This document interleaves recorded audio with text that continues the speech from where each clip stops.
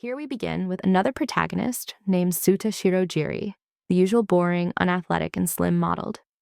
What differs from our protagonist is he has a girlfriend.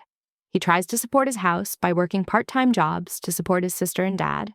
He also pitches in money for dates to make his girlfriend happy, as it will be their first summer break together. He yelled to Kusumi, who I assume has blonde hair, about their date. She scoffed at him, saying she would never date him. She said she wouldn't waste her summer break on anyone but her real boyfriend, and he was just a money machine to her. He was starting to break down, asking if she was joking, but she said he was just a money pouch. He couldn't believe any of that was real, but looking at his memories, he was just a servant. He asked why she said yes when he confessed, but it was to prolong her milking of his money. She was the daughter of a CEO milking some poor dude, and she labeled him in every negative way possible. She was just laughing while he started to get angry. However, he realized the feelings were just one-sided. She got off the desk and told him if he ever got popular like Isuzu Wine, the top female streamer, noticeably for being cute. She walked back to her Lankies, and he was about to reveal something, making her turn back. He shut his mouth, realizing he couldn't expose his secret, and she let him know once again he was useless and not needed. He walked out the classroom looking down, being haunted by the words worthless trash. Back at home, he was cooking up some fried rice and realized she was the one who approached him, and he thought she was just cheerful. He wanted to live quietly and support his family from the background, but somebody made an alluring sound from another room.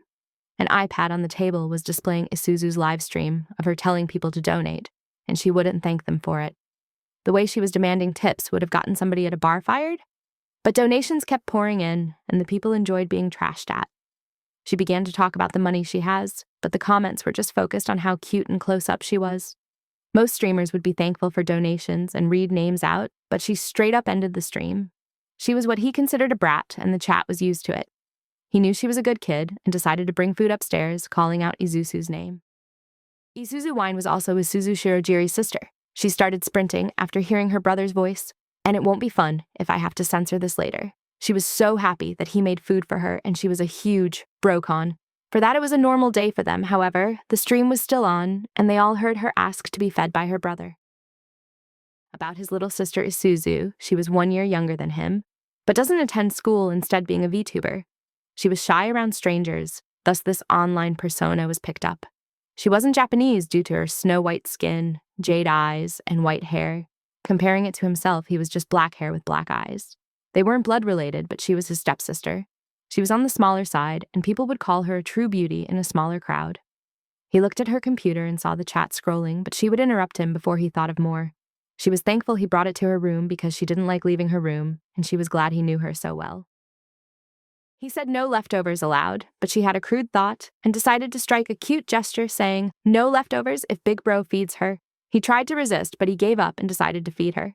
He was spoiling her because he couldn't say no due to her cute behavior. He was bringing attention to her stream earlier, but she was surprised he watched it. He confirmed he saw it and decided to criticize her, saying she shouldn't be too harsh on her viewers and cut it out. He wanted her to thank the viewers when someone donates or leaves a comment. She was panicking a bit, saying the viewers want to see the kind of character she is performing as. He understood, but she was a kind person, and he didn't like how she called people ants, and as her brother, he couldn't stand people calling her bad things. She didn't know what to do, but assumed if she stopped behaving the way she does, donations might stop. He patted her head, saying she didn't have to push herself for money. Ever since their mom died, his father has been running his dream cafe, and the shop's in debt still. He was proud she started streaming to help the family. That is why her giving her all was enough for him. It's revealed due to her brother's hardworking status, he received a scholarship, and as long as he maintains this score, he doesn't have to pay a cent. She didn't like how he had to continue this top score because it was way too much pressure. He also picked up chores and studied when she was being loud. He said he was together more than he looked, so she didn't have to push herself to make more money. She yelled, saying she didn't want to be a burden, instead, be someone precious her family can rely on. He thanked her and expressed his love, and she was glad while afterwards, receiving head pats from him. He checked the phone and saw Kusumi Kisagawa calling. He didn't want to answer as she dumped him today, and she asked what was wrong. She asked who it was, and he answered vaguely, making her wonder why he was not taking the call. He told her he got dumped, which made her mood darkened.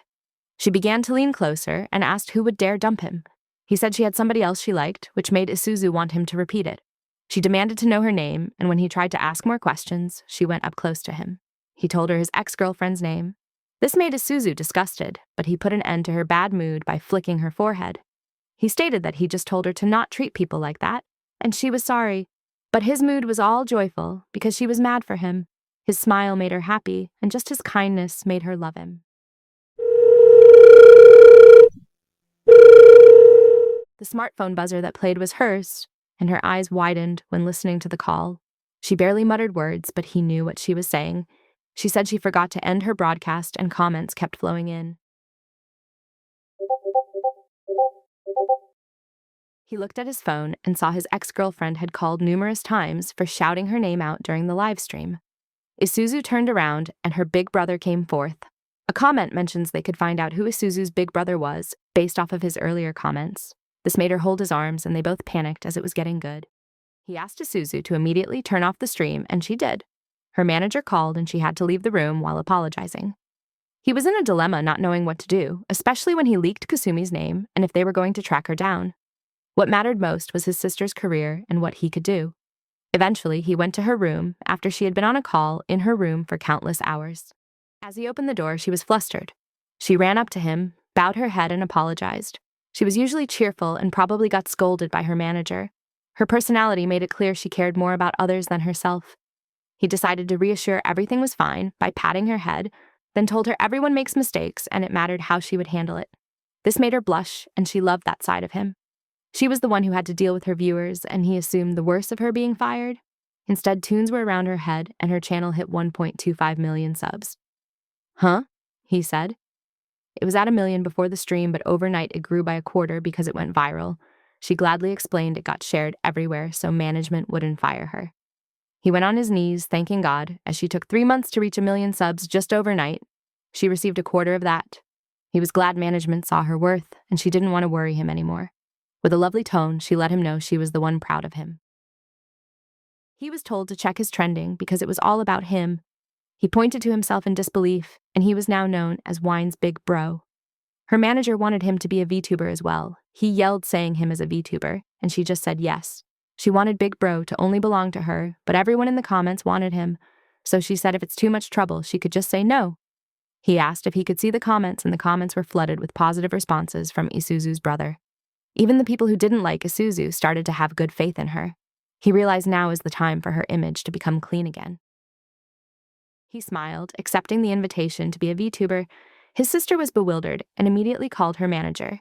She looked at him, letting him know, even after his debut, she'll still be her big brother. He said, of course, leading her to smile brightly. This story was actually being told to somebody, and Utako called him an idiot. It was his childhood friend who pointed out he was being used by his girlfriend and the whole school will find out who he is. He told her to leave if he kept roasting him, but she was a paying customer. She was Utako Agamatsu, her classmate and childhood friend. Their houses were close by, so they naturally bonded together. At their well-known sports school, she was a basketball starter as a first year.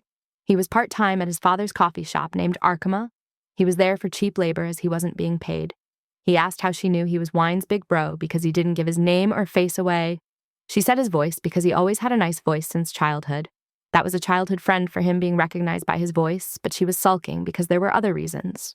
He was going to be swamped by people the moment he gets back to school, all hoping to see Isuzu Wine, and he was going to debut as a VTuber with his dad being surprised.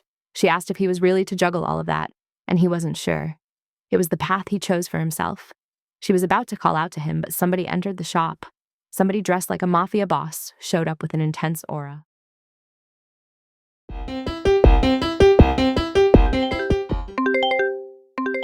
A little individual was in the middle of her piano practice. Her anger faded after hearing about a promising newcomer, since it would get interesting.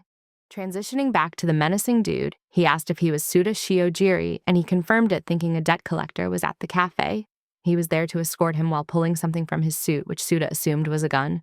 He brought forth a letter saying he was a representative sent by 812 Productions. He didn't know who or what that production team was. However, Utako knew and was in disbelief. 812 was the biggest VTuber agency out there. That was the same team Isuzu was signed with, and he was happy because she always was in a good mood with them. He asked why he came to him instead of his sister. It seems like Isuzu didn't inform him yet, but his VTuber debut concerns were to be with him. He realized Isuzu didn't tell him, but would probably make a cute face. He was sure she didn't mention it, and the big dude was sorry for assuming so. A tough guy who knows polite speech asked for time later, and that time would be after his shift. The big dude decided to wait outside until his shift ended. She said it was amazing how he got scouted by the biggest VTuber agency. He wasn't really scouted, but forwarded by Isuzu, but it was a first for the company, as they were famous for picking girls and never picked a male before. He had shivers thinking about being the only male surrounded by females. Utako confirmed it by her uneasy demeanor and made it seem like she was hiding something but wished him good luck. Eventually, he reached a place with such a high building in front of him.